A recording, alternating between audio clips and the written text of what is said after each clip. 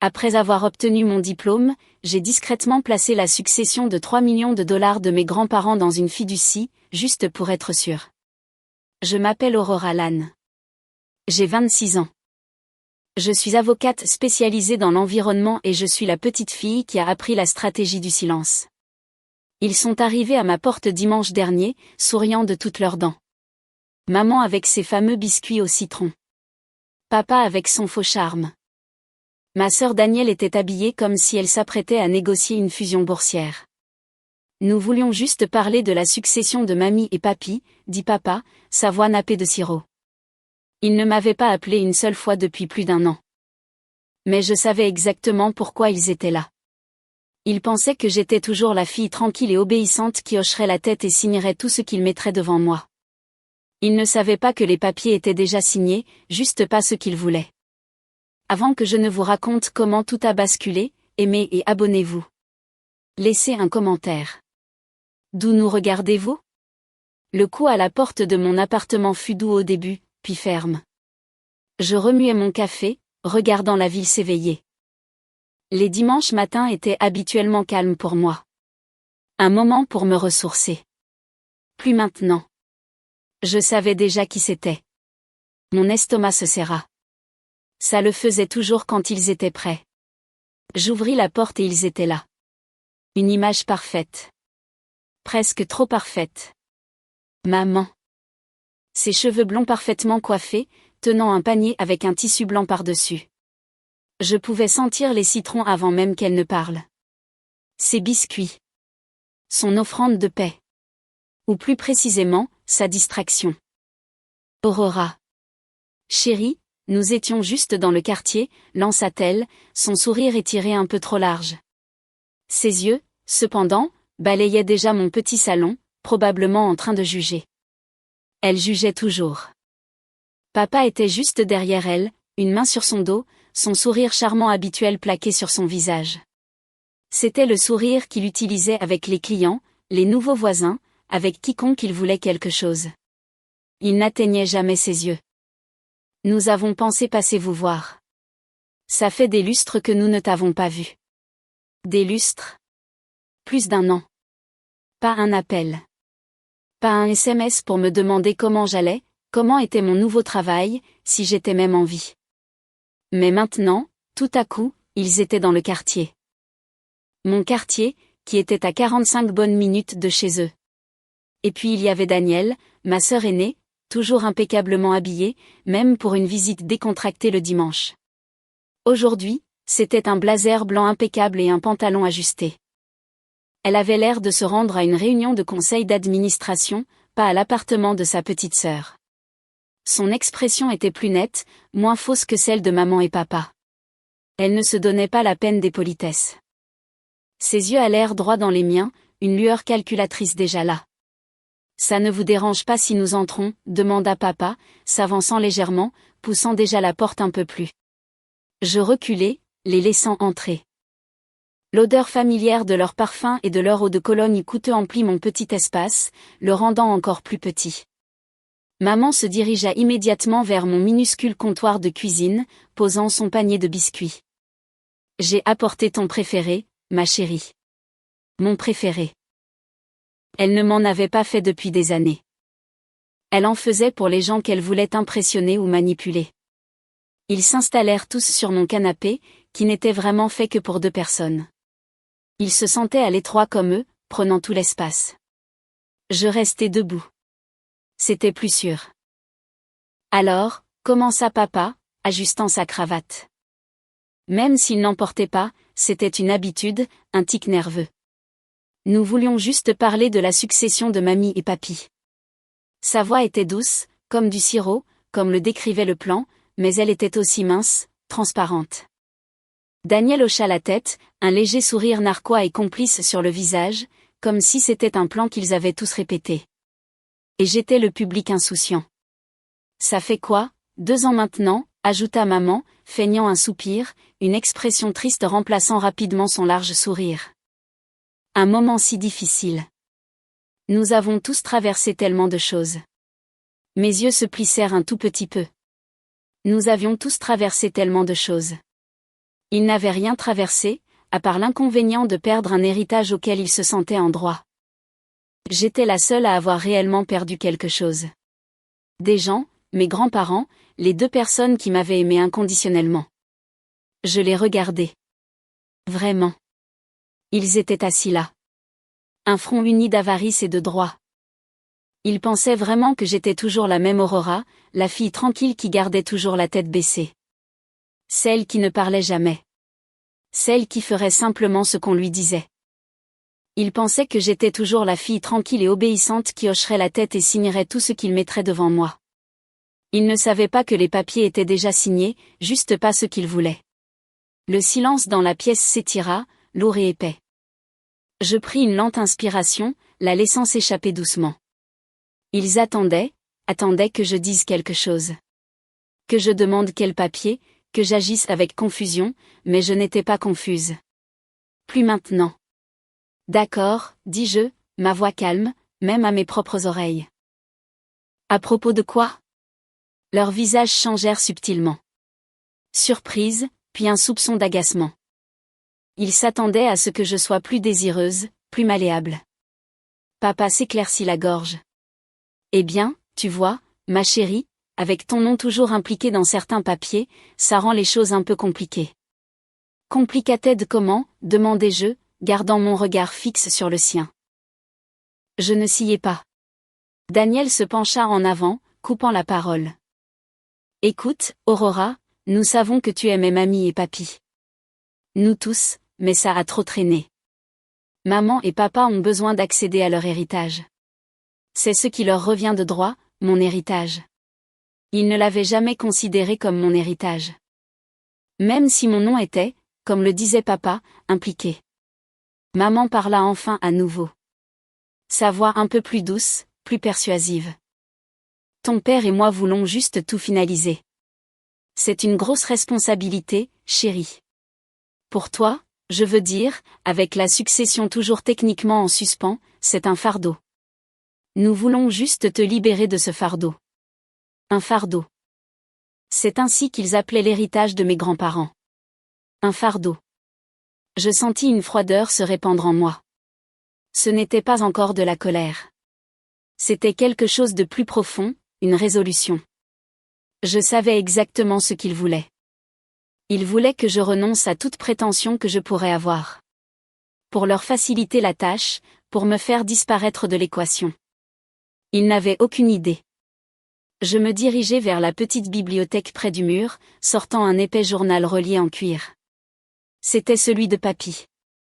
J'avais lu ses anciennes entrées, ses pensées sur l'océan, sur la vie. Cela m'apportait toujours la paix. Maintenant, le tenant, je sentais une force différente. Je me retournai vers eux.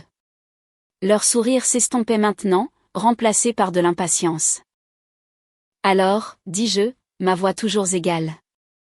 Vous êtes ici parce que vous voulez que je signe quelque chose? Papa hocha la tête rapidement. Trop rapidement. Oui, exactement. Juste quelques papiers finaux. Procédure standard. Il sortit même une enveloppe Kraft de sous son bras.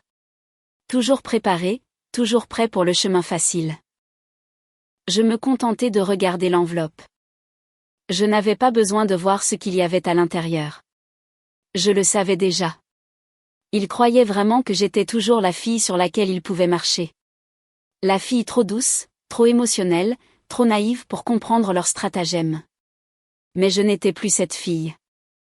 Pas depuis que leur vraie couleur s'était montrée. Pas depuis que mes grands-parents m'avaient laissé avec une dernière tâche silencieuse. Je pris une autre inspiration. Les biscuits au citron reposaient intacts sur le comptoir. L'odeur, autrefois réconfortante, ressemblait maintenant à un mensonge. C'est déjà fait, dis-je, ma voix claire et posée. Les mots flottèrent dans l'air, tombant comme de petites pierres. Le sourire de maman vacilla. Le front de papa se plissa. Le sourire narquois de Daniel disparut complètement. Qu'est-ce qui est fait, Aurora? Demanda Daniel, son ton vif, suspicieux. Je leur offris simplement un petit sourire tendu. Le genre qui n'atteignait pas mes yeux. Le genre qui disait, vous n'avez aucune idée. Les papiers, dis-je. Ils sont déjà signés et finalisés. Leurs visages devinrent vides un instant, essayant de comprendre, essayant de rattraper leur retard. Ils s'attendaient à ce que je sois en retard. J'avais déjà 10 pas d'avance. Puis la confusion commença à s'installer. Une petite fissure dans leur façade confiante. Mais nous n'avons encore rien présenté à signer, balbutia papa, son faux charme se brisant enfin. Non, répondis-je. Vous ne l'avez pas fait. Mais moi, oui. Je regardais leurs expressions, la lente prise de conscience que quelque chose n'allait pas du tout. Que leur plan, quel qu'il fût, avait déjà été déjoué par moi, la tranquille, l'invisible. Ce n'était que le début. Ils n'en savaient pas la moitié. Ils ne savaient pas la guerre silencieuse que j'avais menée. Une guerre pour la mémoire de mes grands-parents, pour leur héritage, et pour moi-même. Cette visite, celle qu'ils n'avaient pas vue venir, n'était que le prélude. La vraie histoire, celle où ils apprenaient à quel point j'avais changé, était sur le point de se dérouler. Il y a 2 ans, le monde a basculé pour moi. Mes grands-parents, les ancres de ma vie, sont décédés à quelques mois d'intervalle. D'abord mamie, puis papy. C'était comme si une lumière s'était éteinte. Leur domaine côtier, niché au bord de la mer sauvage de l'Oregon, semblait vide, trop silencieux. Il valait environ 3 millions de dollars. Mais pour moi, il était inestimable. C'est là que mon enfance avait vécu. C'est là que je me sentais vraiment aimée. Leur testament était simple. C'était clair. Diviser tout également entre leurs enfants. Mes parents et ma tante Carole. Sauf que mes parents ne pleuraient pas. Pas comme moi. Pas comme un enfant pleure ses parents. Ils calculaient. Je l'ai vu dès le premier jour. Je me souviens d'être debout aux funérailles de mamie. Un flou de vêtements noirs et de voix chuchotées. Mes yeux piquaient de larmes non versées. Je me sentais à vif et puis je l'ai entendu. Un murmure juste derrière moi. C'était maman. Cette vieille maison aurait vraiment besoin de quelques améliorations. Une cuisine moderne ? Peut-être une piscine à débordement donnant sur l'océan. Ça rapporterait une fortune. Elle ne se murmurait pas à elle-même. Elle chuchotait à papa et il hochait la tête. Un regard pensif, presque affamé sur son visage.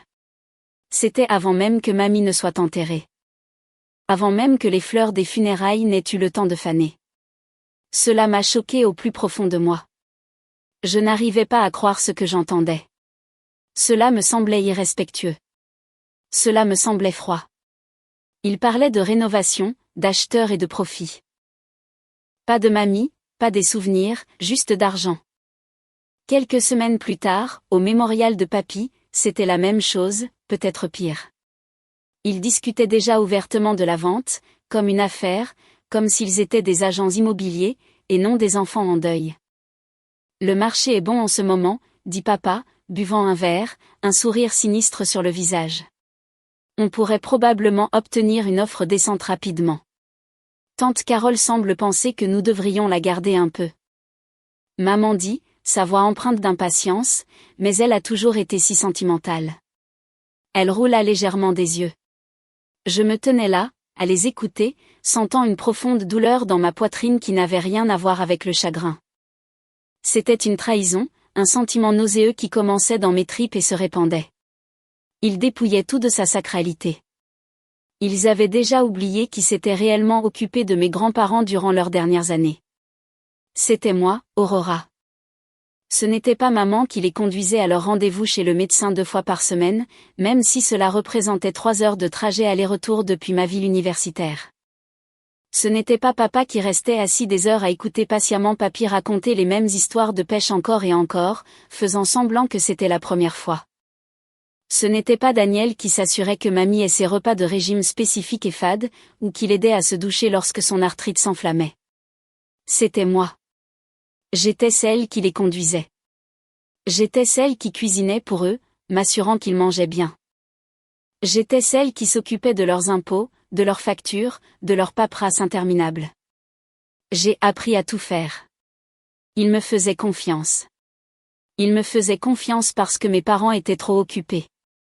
Trop occupés par leur carrière, trop occupés par leur vie sociale, trop occupés pour prendre soin des personnes qui leur avaient tout donné. J'ai pratiquement vécu dans ce domaine pendant mes 2 dernières années d'université, faisant des allers-retours, conciliant mes études avec leurs besoins. Mes grands-parents vieillissaient, devenaient plus fragiles. Ils avaient besoin de plus d'aide, et mes parents étaient introuvables. Aurora est si bonne avec eux, disait maman à ses amis. Un sourire fier sur le visage. Une petite fille si attentionnée. Mais ce n'était pas par pure bonté de cœur. C'était parce que j'étais utile. J'étais un outil, une aide-soignante gratuite, un moyen d'atteindre une fin. Je me souviens d'une conversation avec mamie quelques mois avant qu'elle ne décède. Nous étions assises sur le porche, regardant les vagues s'écraser. Tes parents, ils ont leur propre vie, dit-elle doucement, me tapotant la main. Sa voix était faible, mais ses yeux étaient vifs. Mais toi, ma chère, tu as un bon cœur. Tu nous vois vraiment. Je pense qu'elle savait. Même alors, elle connaissait la différence entre le véritable amour et l'obligation. Mes parents me considéraient comme la gentille petite fille, facile à manipuler. Ils voyaient ma gentillesse comme une faiblesse, quelque chose qu'ils pouvaient exploiter. Ils ne me voyaient jamais vraiment comme une personne avec mes propres sentiments, mes propres luttes, mon propre cœur. J'étais juste celle sur qui on pouvait compter, celle qui ferait le sale boulot. Et maintenant, mes grands-parents partis, mon utilité pour eux était terminée. Ou du moins, c'est ce qu'ils pensaient. Le domaine, leur maison, leur sanctuaire n'était qu'un actif financier pour mes parents, un chiffre sur un bilan, un profit potentiel, rien de plus. C'était le début de la trahison. Ce ne fut pas un moment dramatique. Ce fut une réalisation lente, insidieuse, une vérité froide et dure qui s'ancra profondément dans mes os. Mes parents, ma propre famille, me voyaient comme rien de plus qu'un accessoire pratique, un moyen pour leurs propres fins égoïstes. Et ils étaient sur le point de découvrir à quel point ils se trompaient. Les documents officiels pour la succession sont arrivés quelques semaines après le décès de papy. C'était une épaisse enveloppe, d'apparence officielle, remplie de termes légaux et de formulaires. Mes parents m'ont appelé chez eux, non pas pour me réconforter, non pas pour partager des souvenirs, mais pour me faire signer. Maman a posé la pile de papier sur leur table de salle à manger polie. Tout était déjà prêt. Un stylo attendait à côté d'une section surlignée. Elle a appelé cela une formalité. Signe juste où je te dis, chérie, dit-elle, sa voix douce, presque écœurante. Elle a pointé une ligne. Tu es doué avec les documents, tu te souviens? Toutes ces études d'avocat. J'ai hoché la tête. J'ai souri, un petit sourire poli qui n'atteignait pas mes yeux. J'ai fait semblant d'être naïve. J'ai fait semblant de ne pas savoir ce que ces papiers signifiaient vraiment. J'ai fait semblant de ne pas voir la lueur impatiente dans leurs yeux. J'ai signé. Ma signature, une boucle de mon nom, semblait si petite sur la page, mais cette petite signature, ils croyaient que c'était leur ticket, leur clé d'or. Pendant des mois après cela, les conversations autour de moi, chaque fois que mes parents daignaient m'inclure dans une réunion de famille, tournaient tout autour du grand avenir de notre famille. Avec le domaine, nous pouvons enfin. Papa commencerait, puis s'interromprait, regardant maman, qui hocherait la tête conspiratoirement. Nous pensons à étendre l'entreprise, ajouterait maman. Peut-être une nouvelle maison de vacances. Jamais une seule fois ils n'ont dit, Aurora, qu'en penses-tu? Jamais une seule fois ils n'ont demandé quels auraient pu être les souhaits de mes grands-parents au-delà des mots bruts du testament.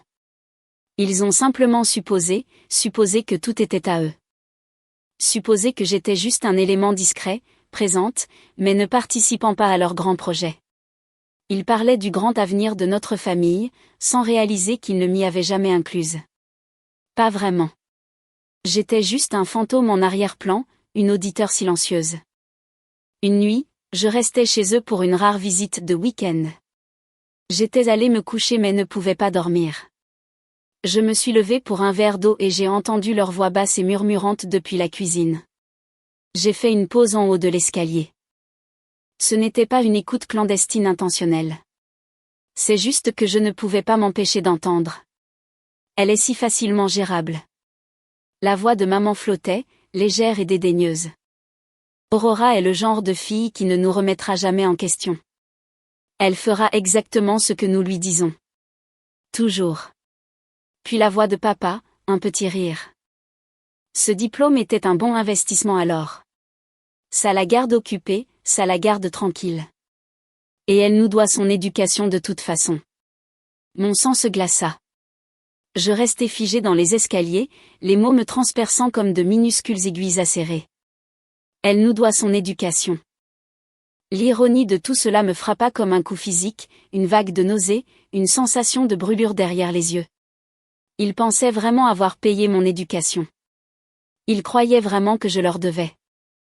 Mes grands-parents, ma mamie et mon papy, que Dieu les bénisse, étaient ceux qui avaient payé chaque centime de mon diplôme, du premier cycle jusqu'à la faculté de droit. Ils avaient créé un fonds d'études pour moi à ma naissance. Ils ont toujours voulu que j'aie le meilleur. Ils croyaient en moi. Mes parents n'ont rien contribué, pas un sou. Ils n'ont même jamais posé de questions sur mes prêts étudiants parce qu'ils supposaient que je n'en avais pas, parce qu'ils supposaient qu'ils étaient ceux qui s'occupaient de tout. Cette nuit-là, je ne suis pas retournée me coucher. Je suis restée assise dans l'obscurité de la chambre d'amis, fixant le plafond, sentant un vide s'ouvrir en moi. Ce n'était pas seulement de la négligence. C'était une ignorance délibérée, une cécité volontaire à mon existence, à mes efforts, à la vérité de ma vie. J'étais la petite fille invisible. Celle qui faisait tout le travail mais n'obtenait aucune reconnaissance. Celle qui était aimée par mes grands-parents mais utilisée par mes parents. Ma présence était tolérée, même encouragée tant qu'elle servait leurs besoins. Mes émotions, mon bien-être, mon propre avenir. Il n'était jamais une considération. Il ne s'agissait pas seulement d'argent. Il s'agissait d'être vu. Et je ne l'étais pas. Pas par eux. Pas vraiment. J'étais juste une fonction, un substitut, un outil. La prise de conscience s'ancra profondément. Une lourde pierre dans mon cœur. Ils ne m'aimaient pas pour qui j'étais. Ils aimaient ce que je pouvais faire pour eux, ou plus précisément, ce que je représentais pour eux. Un chemin complaisant vers plus de richesse. Et cette prise de conscience, cette vérité profonde et douloureuse, fut le moment précis où quelque chose en moi a basculé. Un changement, un durcissement. Je resterais silencieuse, mais mon silence ne serait plus un signe de faiblesse. Il deviendrait ma plus grande force. Il deviendrait ma stratégie. Il voulait jouer un jeu. Il n'avait aucune idée que j'avais déjà commencé à jouer. Et je jouais pour gagner. Pas pour moi, pas pour l'argent, mais pour mes grands-parents, pour leur mémoire, pour l'héritage que mes parents étaient sur le point de détruire avec insouciance. Le lendemain matin, j'ai fait mes valises. J'ai dit au revoir, toujours avec ce même sourire poli et discret. Ils n'ont pas remarqué la différence. Ils ne l'ont jamais fait, mais moi, oui. Et à partir de ce jour, tout a changé pour moi. Et bientôt pour eux aussi. J'en avais fini d'être invisible. J'en avais fini d'être un outil. Après cette nuit, celle où je les ai entendus, mon monde a rétréci. Pas d'une mauvaise manière, mais d'une manière ciblée. Je me suis encore plus retirée de ma famille qu'avant. Les appels sont devenus plus courts, les visites plus rares. J'avais une excuse, une bonne. Mon nouveau travail d'avocate en environnement était exigeant, et c'était le cas, mais cela me donnait aussi une raison de créer de la distance. Pendant que mes parents complotaient, convaincus qu'ils m'avaient dans leur poche, je passais mes nuits à faire tout autre chose. Je ne travaillais pas seulement sur des dossiers pour le cabinet. Je plongeais dans le droit des fiducies, les codes de l'héritage, les échappatoires juridiques. Je ne complotais pas de vengeance alors, pas comme ils l'auraient imaginé. Mon objectif n'était pas de leur faire du mal. Mon objectif était de protéger, de m'assurer que leur avidité n'effacerait pas l'héritage de mes grands-parents.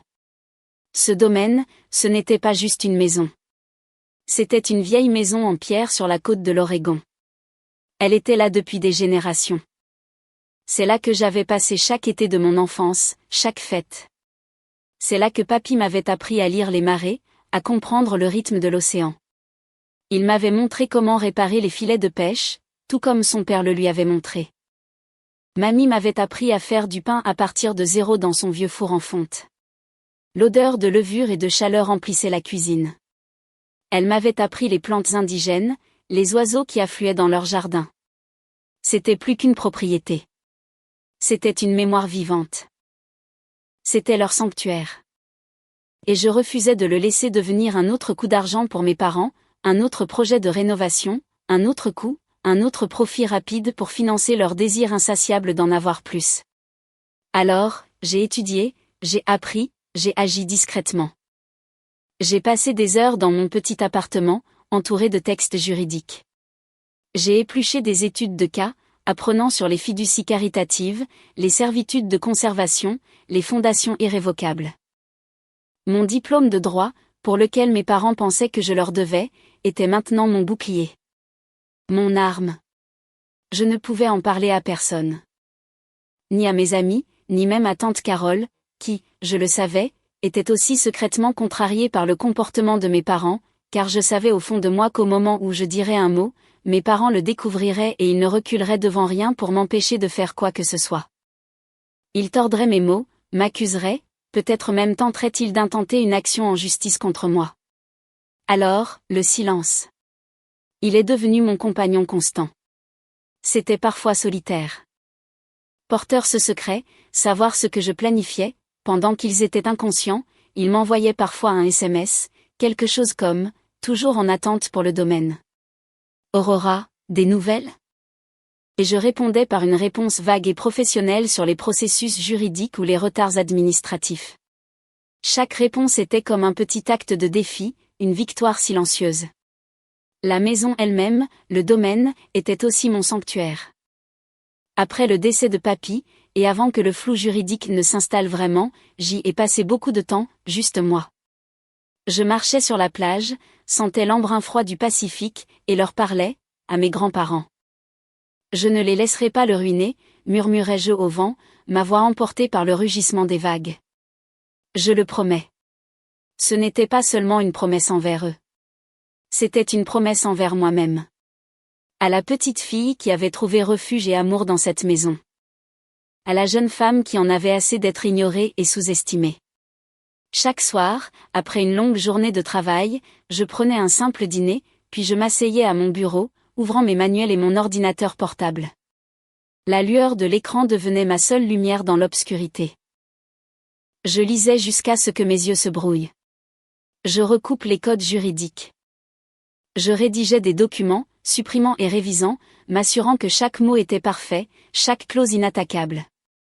J'ai appris qu'une fiducie irrévocable, en particulier une fiducie caritative, était la forme de protection la plus solide. Une fois les actifs dedans, ils étaient hors d'atteinte pour toujours. Et si j'étais la fiduciaire, je pouvais m'assurer qu'elle était gérée exactement comme mes grands-parents l'auraient voulu, pour le bien de la communauté, pour la protection de l'environnement, leurs valeurs, mes valeurs. La solitude devint une sorte de force. Elle me força à ne compter que sur moi-même, à faire confiance à mon propre jugement, à construire ma propre détermination. Le silence entre les lignes de ces documents juridiques n'était pas vide. Il était rempli d'un but. Il était rempli de ma détermination tranquille. Mes parents, dans leur arrogance, pensaient que mon silence signifiait conformité. Ils pensaient que ma nature tranquille signifiait que je manquais de volonté pour me battre. Ils pensaient que j'étais trop douce, trop émotionnelle pour comprendre le monde réel de l'argent et des actifs. Ils voyaient une victime. Ils ne voyaient pas l'avocate. Ils ne voyaient pas la petite fille prête à se battre pour son passé. Ils ne voyaient que l'outil. Mais les outils peuvent être aiguisés. Et je m'aiguisais tranquillement dans l'obscurité, me préparant au moment où je mettrais enfin fin à leur stratagème. Le moment où mes actions silencieuses parleraient plus fort que tous leurs mots. La nuit précédant la finalisation du testament par l'État, je me suis rendue au domaine. Il était tard.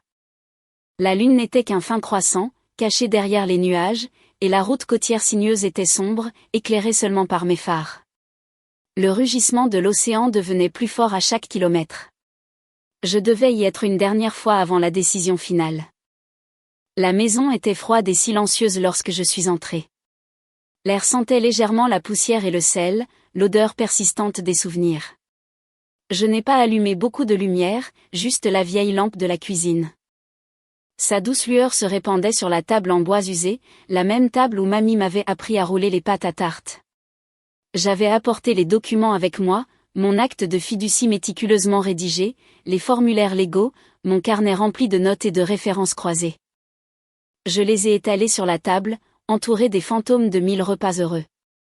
Chaque espace de signature sur ces papiers semblait scintiller sous la lumière de la lampe.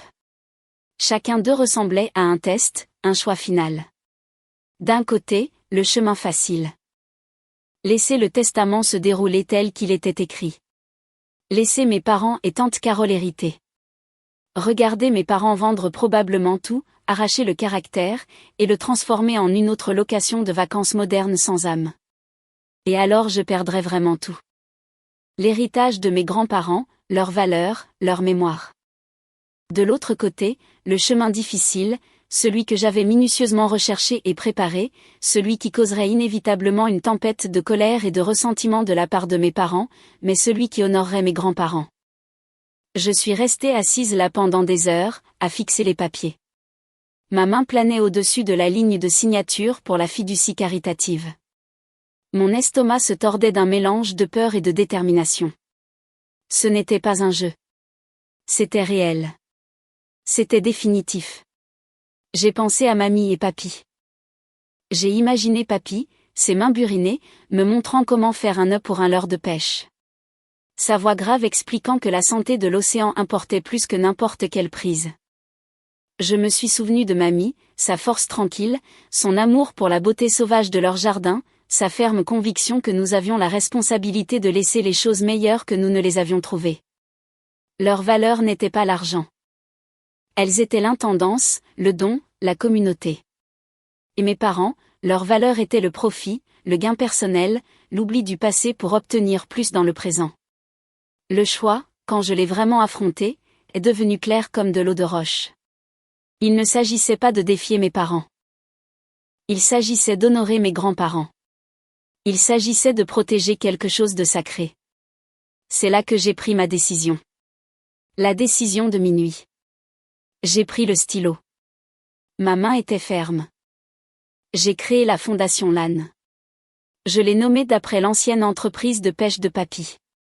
Une petite entreprise humble qu'il avait construite de ses propres mains. Non pas pour la richesse, mais pour une bonne vie, un salaire équitable et le respect de la mer. La fondation était une fiducie caritative. Sa mission était dédiée à la conservation marine et aux bourses d'études pour les étudiants ruraux. Des étudiants comme moi qui ont grandi près de la côte, qui ont compris l'océan et qui n'auraient peut-être pas eu la chance de poursuivre des études autrement. C'était tout ce en quoi mes grands-parents croyaient, protéger l'océan qui leur avait tant donné. Investir dans les jeunes de la communauté qu'ils aimaient. Et puis, d'une signature délibérée et sans hésitation, j'y ai légalement, définitivement, transféré la totalité du domaine de 3 millions de dollars. Tout était arrangé, tout était fait, pas sous mon nom en tant que propriétaire. Je ne voulais pas l'argent. Je ne voulais pas le fardeau de la propriété. Je voulais juste le protéger. Alors, je suis devenue la fiduciaire, ce qui signifie que personne, pas même moi, ne pouvait le vendre. Pas à des fins lucratives personnelles. Il était bloqué, dédié à son but caritatif.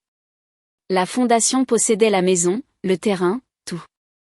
Moi, en tant que fiduciaire, j'étais simplement la gardienne, l'intendante. Le poids s'est levé immédiatement. Un vaste et tranquille sentiment de paix m'a envahi. C'était juste. C'était vrai. Je me suis penchée en arrière dans la vieille chaise en bois, regardant autour de la cuisine silencieuse. La lune avait enfin pointé le bout de son nez derrière les nuages, projetant une douce lueur argentée à travers la fenêtre, illuminant les poutres en bois brut. J'ai imaginé mamie et papy, souriant doucement. Je l'avais fait discrètement, secrètement, mais définitivement. La tempête arrivait. Je le savais. Mes parents seraient furieux. Ils se sentiraient trahis. Ils se déchaîneraient. Mais leur colère serait liée à leur profit perdu, pas à un héritage perdu. Et j'y étais préparée parce que pour la première fois depuis longtemps, je me sentais vraiment libre. Libre de leurs attentes, libre de leurs manipulations, et libre de enfin respecter les vrais souhaits des deux personnes qui m'avaient vraiment aimé.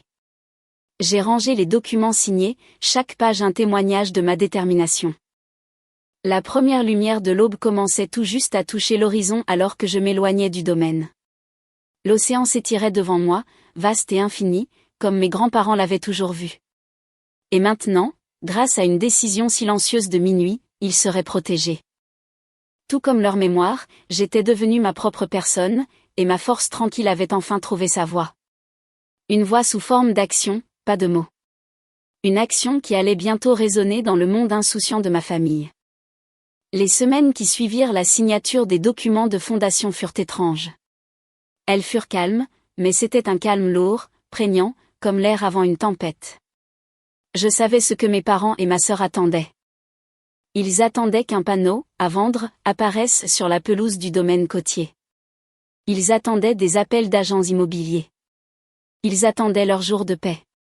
Et chaque jour qui passait sans qu'il n'arrive, la pression commençait à monter. Je pouvais la sentir même à des kilomètres. Le premier appel est venu de ma mère environ un mois après la finalisation du testament. Sa voix était légère, enjouée, comme si elle appelait juste pour bavarder. « Aurora, ma chérie, comment vas-tu ?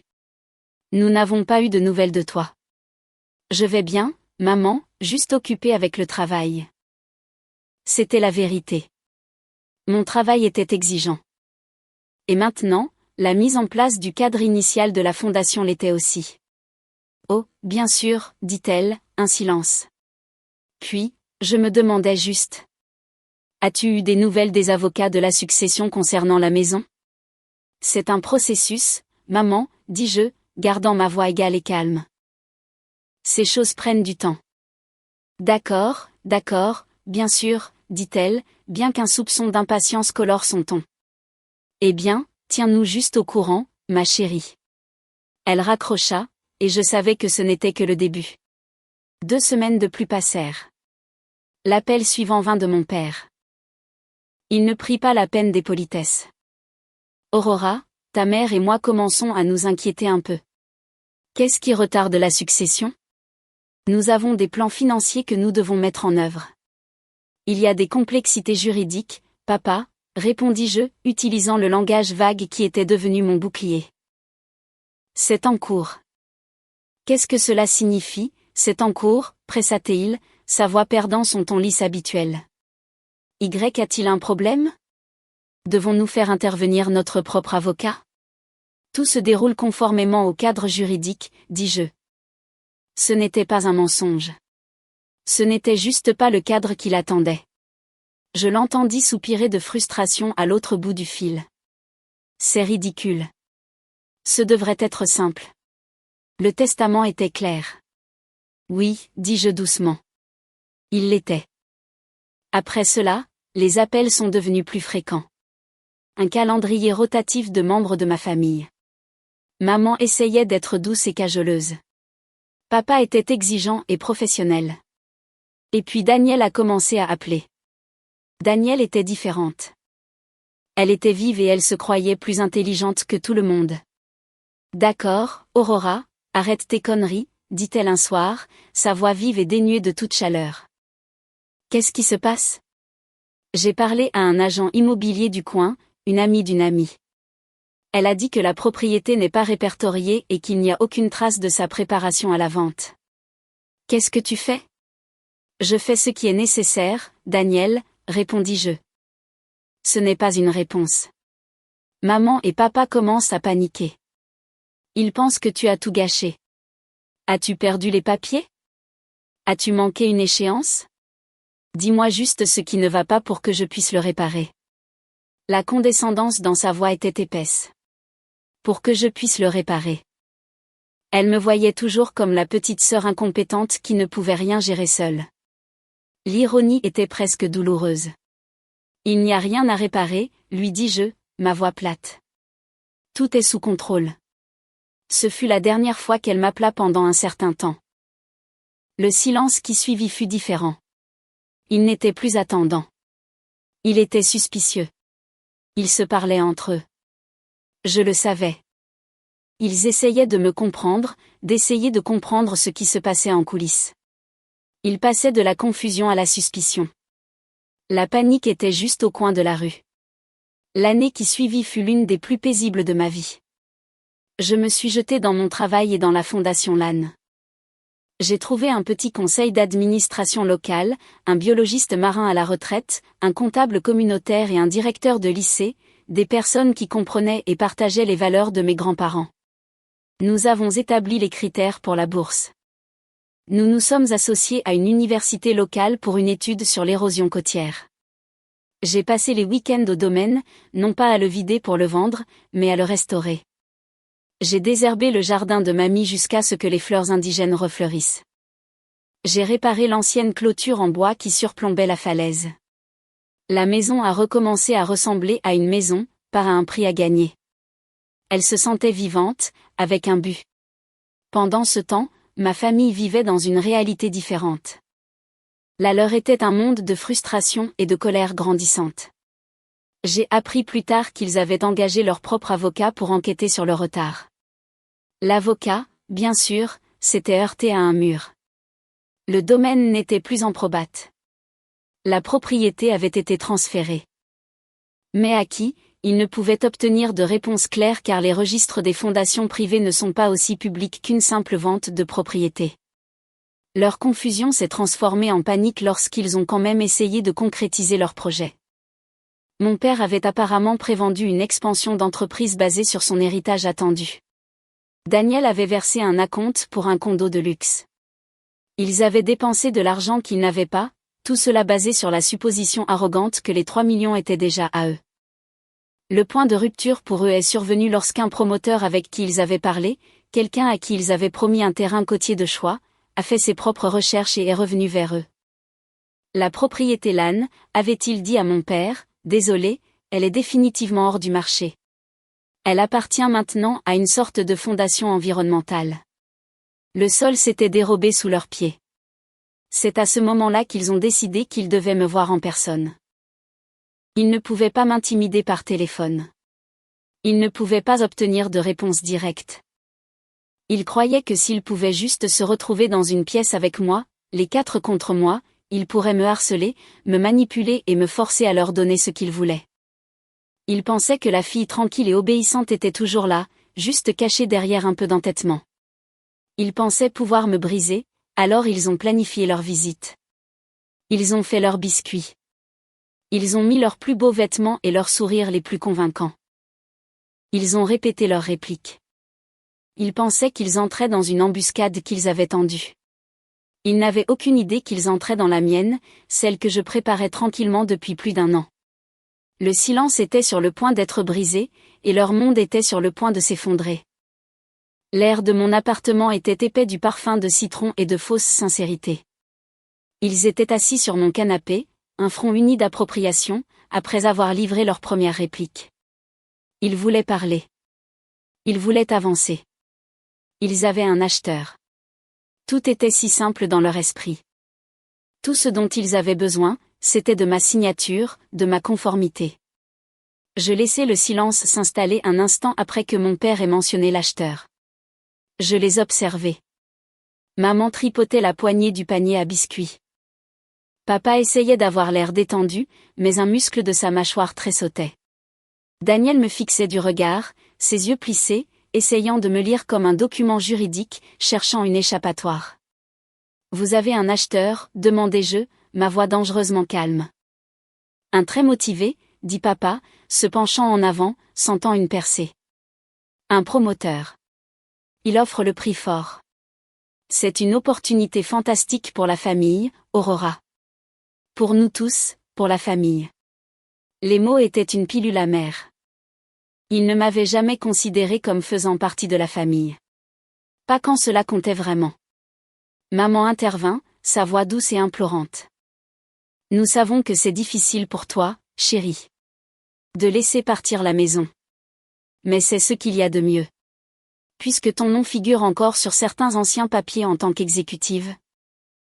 Nous avons juste besoin que tu signes pour que nous puissions finaliser la vente et partager les bénéfices équitablement. » Équitablement ? Je répétais le mot, le laissant résonner dans la petite pièce. Il sonnait étranger sortant de ses lèvres. Que savait-il de l'équité ? Je pris une lente gorgée de mon café, mes mouvements délibérés. Je posai la tasse sur le sous-verre de ma table basse, la céramique produisant un clic doux et définitif. Leurs yeux suivirent chacun de mes mouvements. Ils étaient sur le qui-vive, attendant l'acte final de leur pièce, la partie où je céderais. Puis j'ai tendu la main vers la simple chemise craft qui se trouvait sur la table d'appoint à côté de ma chaise. Elle y attendait depuis tout le matin. Alors, vous devriez probablement voir ça d'abord, dis-je, ma voix égale. Je fis glisser le dossier sur la table basse. Il s'arrêta juste devant mon père. Il le regarda, puis moi, une lueur d'incertitude dans ses yeux. Il hésita. Daniel, toujours impatiente, le saisit. Ses doigts parfaitement manucurés ouvrirent le fermoir. Elle sortit les 3 pages à l'intérieur. Son front était plissé de concentration alors qu'elle commençait à lire. La pièce était absolument silencieuse, à l'exception du léger bourdonnement du réfrigérateur et du son de ma propre respiration régulière. Je regardais le visage de Daniel. C'était comme regarder une statue se fissurer lentement. Le sourire narquois et confiant qu'elle arborait toujours commença à s'estomper. Ses lèvres s'entr'ouvrirent légèrement. Ses yeux, qui avaient été vifs et calculateurs, semblaient maintenant écarquillés et confus. Elle lut la première page, puis tourna rapidement vers la seconde, puis la 3e. « Qu'est-ce que c'est » demanda ma mère, sa voix un murmure nerveux. Daniel ne répondit pas. Elle continuait simplement à fixer le papier, son visage pâlissant. Elle leva les yeux vers moi, son expression un mélange d'incrédulité et d'horreur naissante. Ça dit que la propriété appartient à une fondation, halta-t-elle finalement. Les mots sortaient étranglés. Correct, dis-je simplement. Je n'ai pas élevé la voix. Je n'en avais pas besoin. Les mots sur le papier criaient pour moi. La Fondation Lann, nommée d'après l'entreprise de papy. Mon père arracha les papiers des mains tremblantes de Daniel. Ses yeux parcoururent les lignes, son visage passant de la confusion à un rouge profond et veiné. Je vis le moment où il comprit. Le moment où la vérité légale, notariée et irréversible de tout cela s'abattit sur lui. Qu'est-ce que c'est que ça, Aurora, grogna-t-il, le charme sirupeux ayant complètement disparu, remplacé par une colère brute et laide. Il agita les papiers dans sa main. La Fondation Lann pour les bourses de conservation marine. C'est quoi cette blague ? Ce n'est pas une blague, répondis-je, mon regard inébranlable. C'est l'héritage de mamie et papy. Protégé. Le mot « protégé » resta suspendu dans l'air. Une accusation. Protégé de quoi ? De qui ? La réponse était juste là sur mon canapé. La main de maman vola à sa bouche. Ses yeux se remplirent de larmes, mais ce n'étaient pas des larmes de chagrin. C'étaient des larmes de rage et de perte. La perte d'argent. La perte de l'avenir qu'elle avait si soigneusement planifié pour elle-même. « Tu veux dire que tu l'as donné » murmura-t-elle, sa voix tremblante. « Tu as donné notre héritage. » Je la regardai, la femme qui m'avait vu comme un outil, qui avait ignoré mon chagrin, qui avait comploté pour vendre la mémoire de mes grands-parents aux plus offrants, et je ne ressentis rien d'autre qu'une certitude froide et claire. Je pris une inspiration et prononçai la phrase que j'avais gardée en moi pendant 2 longues années. La vérité qui avait alimenté chaque nuit d'étude, chaque moment de défi silencieux. Non, dis-je, ma voix claire et posée, coupant à travers son chagrin fabriqué. Je l'ai sauvé de vous. Le silence qui suivit fut absolu. C'était le son de leur monde qui se brisait. Le son de leur avidité heurtant un mur de vérité solide et inamovible. Ils étaient venus ici pour une signature. Ils étaient repartis avec une révélation. Ils pensaient que j'étais un pion dans leur jeu. Ils venaient de découvrir que j'étais celle qui avait changé toutes les règles. La vengeance silencieuse était complète. Le dossier sur la table avait fait son travail, et la vraie tempête était sur le point de commencer. Le silence dans la pièce éclata enfin. Ce fut mon père qui le brisa, sa voix s'élevant en un rugissement qui semblait trop grand pour mon petit appartement.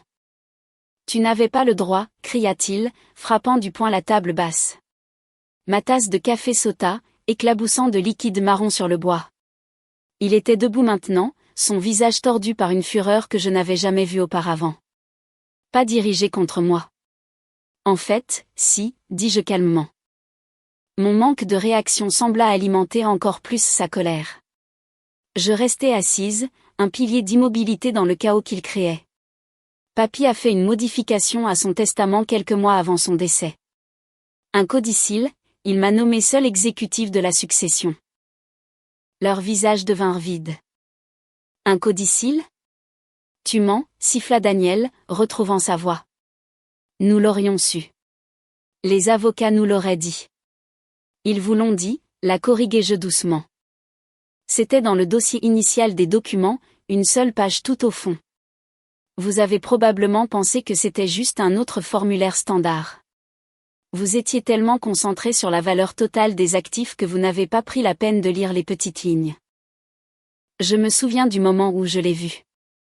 J'avais parcouru les dossiers de mes grands-parents, organisant les choses après les funérailles, et j'ai trouvé sa copie.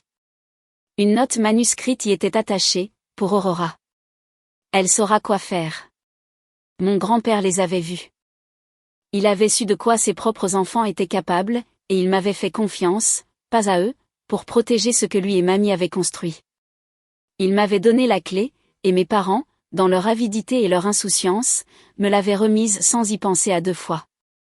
En tant qu'exécutive, continuai-je, ma voix prenant le ton stable et mesuré d'une avocate présentant un dossier. J'ai reçu l'autorité légale de gérer la distribution finale des actifs. Le testament stipulait que le domaine devait être divisé entre les héritiers. Mais il donnait à l'exécutive le pouvoir discrétionnaire sur la méthode de cette distribution pour honorer au mieux l'esprit de leur héritage. Alors, je l'ai honoré. J'ai créé une fondation qui fera le bien en leur nom pour toujours. Quelque chose que la vente rapide pour un profit n'aurait jamais fait. Maman craqua finalement. Elle commença à sangloter, mais c'était un son dur et laid. Ce n'était pas le son d'une fille en deuil. C'était le gémissement d'un enfant à qui on vient d'enlever son jouet préféré. Comment as-tu pu nous faire ça, Aurora, pleura-t-elle, ses mots étouffés par ses mains. À ta propre famille ? Après tout ce que nous avons fait pour toi ? Nous avons payé tes études. Nous t'avons tout donné. Le vieux mensonge. Celui qui m'avait si profondément blessé cette nuit-là dans les escaliers. Cette fois, ça ne faisait pas mal. Ça semblait juste pathétique. Non, vous ne l'avez pas fait, dis-je, ma voix coupant à travers ses sanglots, nette et claire. Vous ne m'avez jamais donné un sou pour mes études. Mamie et papy ont payé chaque centime. Ils ont créé un fonds pour moi le jour de ma naissance. Vous vous êtes juste approprié le mérite. La couleur quitta son visage. Papa et Daniel restèrent bouche bée. C'était une vérité qu'ils avaient opportunément oubliée, un fait qu'ils avaient enterré si profondément qu'ils avaient commencé à croire leur propre fiction. L'exposition de ce mensonge sembla les blesser plus que la perte de l'argent. Cela les dépouillait de leur dernière once d'autorité morale, de leur dernière arme pour tenter de me culpabiliser. Daniel se ressaisit la première. Son choc se transforma en une attaque personnelle venimeuse. Elle se leva, les yeux flamboyants d'un feu froid. Il ne s'agit pas de leur héritage, ricana-t-elle. Il s'agit de toi. Tu as toujours été la silencieuse. La rancunière qui se cachait en arrière-plan. Tu étais jalouse de moi, jalouse de maman et papa. Ce n'est que ta vengeance pathétique et mesquine parce que tu ne t'es jamais sentie assez importante. Je regardais ma sœur, l'enfant prodige, celle qui avait toujours eu l'attention, les éloges, l'amour, et je ressentis une lueur de pitié pour elle.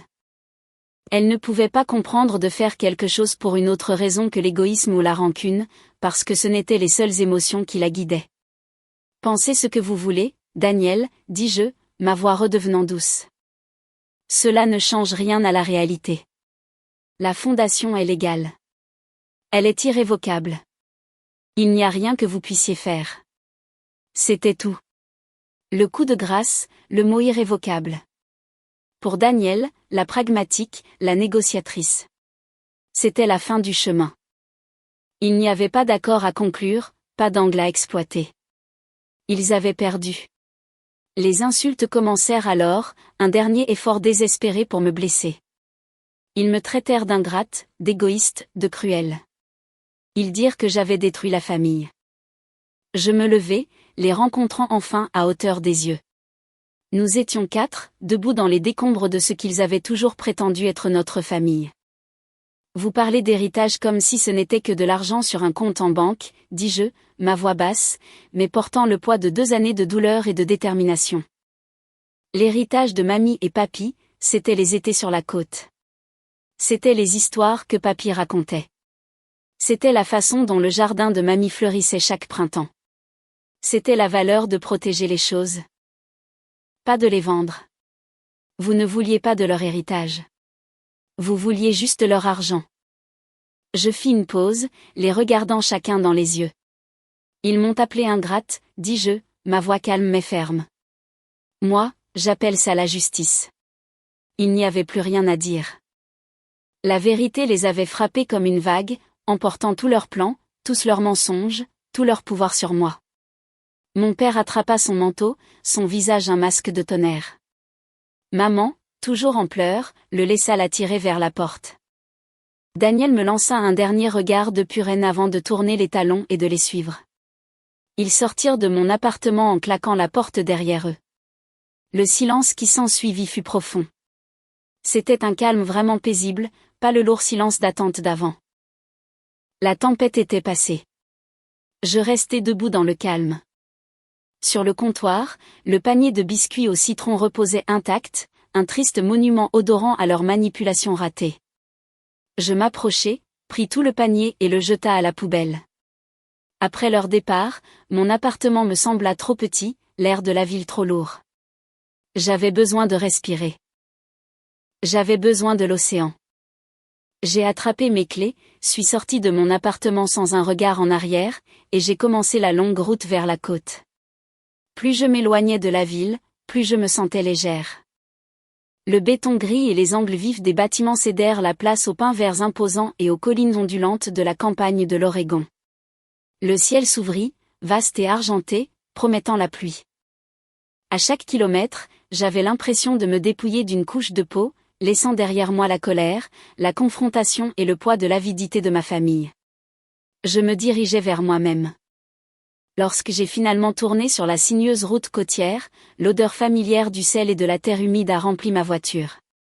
Le rugissement du Pacifique était un bourdonnement bas et constant, un son qui avait été la bande-son des moments les plus heureux de ma vie. C'était le son du retour à la maison. Je me suis garé sur l'allée de gravier du domaine. L'ancienne maison en pierre se tenait exactement comme elle l'avait toujours fait, robuste et inébranlable contre le vent. Elle ne ressemblait pas à un actif de 3 millions de dollars. Elle ressemblait à un endroit où des gens avaient vécu et aimé pendant des générations. Un petit panneau en bois, sculpté avec goût, se tenait près de l'entrée. Simple et clair, la Fondation Lannes pour la conservation marine. Le voir là, réel et solide, me traversa d'une vague de paix profonde. Je suis entré et la maison m'a accueilli. Tout sentait le cèdre, le sel et la légère odeur persistante du produit de polissage de ma grand-mère. C'était propre et entretenu, mais pas stérile. On s'y sentait habité, rempli d'un nouveau genre de but. Les vieux meubles étaient toujours là, le fauteuil usé où papy lisait, le canapé fleuri délavé, mais maintenant la grande table à manger était couverte de cartes marines et de documents de recherche du partenariat universitaire. Les étagères étaient remplies de manuels sur la conservation à côté des vieux romans de ma grand-mère. J'ai traversé la maison et suis sorti par la porte arrière vers le jardin. Il était à nouveau en fleurs, une explosion de couleurs, même sous le ciel gris. Un club de jardinage local, financé par une petite subvention de la Fondation, l'avait pris comme projet, cultivant les plantes indigènes que ma grand-mère avait si amoureusement plantées. C'était plus beau que je ne l'avais vu depuis des années. Je me suis tenu au bord de la falaise, regardant la mer agitée, grise et verte. La marée était haute et les vagues s'écrasaient contre les rochers en contrebas, envoyant des panaches d'embrun blanc dans l'air. Le vent fouettait mes cheveux autour de mon visage. Et pour la première fois depuis le décès de mes grands-parents, j'ai ressenti un sentiment de joie pure, sans fardeau. Je l'avais fait. J'avais tenu ma promesse. De retour à l'intérieur, je me suis assise au vieux bureau de papy dans le bureau donnant sur l'océan. Une petite pile de courrier m'attendait. Des factures pour la fondation, une lettre d'information d'un groupe de conservation locale, et une seule enveloppe manuscrite. Je l'ai ouverte. La lettre venait d'une jeune femme, la première récipiendaire de la bourse de la Fondation Lann. Elle était en première année à l'Oregon State, étudiant la biologie marine. Sa lettre était simple, sincère et puissante. Chère mademoiselle Lann, écrivait-elle, je ne sais comment vous remercier pour cette opportunité. Je suis la première personne de ma famille à aller à l'université. J'ai grandi juste en bas de la côte d'ici, et j'ai passé toute ma vie à explorer les mares et à regarder les bateaux de pêche. L'océan est dans mon sang, tout comme il l'était pour votre grand-père. Grâce à la fondation de votre famille, je peux transformer cet amour en carrière. Je peux étudier ce qui me tient le plus à cœur dans le monde. J'ai visité le domaine la semaine dernière juste pour le voir. C'est un endroit magnifique. Je promets que je travaillerai dur. Je vous rendrai fiers, vous et vos grands-parents. Je veillerai à ce que l'océan que vous aimiez reste protégé pour tous. Sincèrement, Sarah Jenkins. Je tenais la lettre dans mes mains, ma vision brouillée par les larmes. Mais ce n'étaient pas des larmes de colère ou de tristesse. C'étaient des larmes de gratitude. C'était la validation. C'était l'héritage. Il n'était pas sur un compte bancaire. Il était dans l'avenir d'une jeune femme comme Sarah. Il était dans le littoral protégé, dans la recherche financée, dans le jardin qui fleurissait pour que la communauté en profite. Je me suis tenue près de la fenêtre, tenant cette lettre, et j'ai regardé la vaste mer sauvage. La pluie avait commencé à tomber, douce et purifiante. J'ai senti mes grands-parents près de moi, non pas comme des fantômes, mais comme une présence tranquille et constante, un sentiment d'amour et d'approbation que je n'avais jamais vraiment reçu de mes propres parents. Je n'avais pas agi par vengeance. J'avais agi par amour. Je n'avais pas détruit une famille. J'avais préservé un héritage. Ma famille avait fait ses choix, courant après une fortune qui n'était pas la leur au départ. J'avais fait les miens. J'avais choisi de construire quelque chose qui durerait, quelque chose de bon. Et dans la paix tranquille de cette maison au bord de la mer, je savais avec chaque fibre de mon être que j'avais choisi juste. Le pouvoir ne rugit pas toujours. Parfois, protéger ce que l'on aime n'est pas une bataille bruyante et colérique. C'est tranquille. C'est calculé et c'est définitif. Je n'ai pas ruiné ma famille. Ils se sont ruinés eux-mêmes en courant après un argent qui n'était pas censé être le leur au départ. Leur propre avidité a été leur perte. J'ai juste construit quelque chose de plus fort à la place. Si vous avez déjà été sous-estimé, si on vous a déjà dit que vous étiez trop silencieux pour vous défendre, abonnez-vous, aimez et dites-moi d'où vous regardez. Parce que les gens silencieux ne le restent pas éternellement. Parfois, ils attendent juste que l'encre sèche.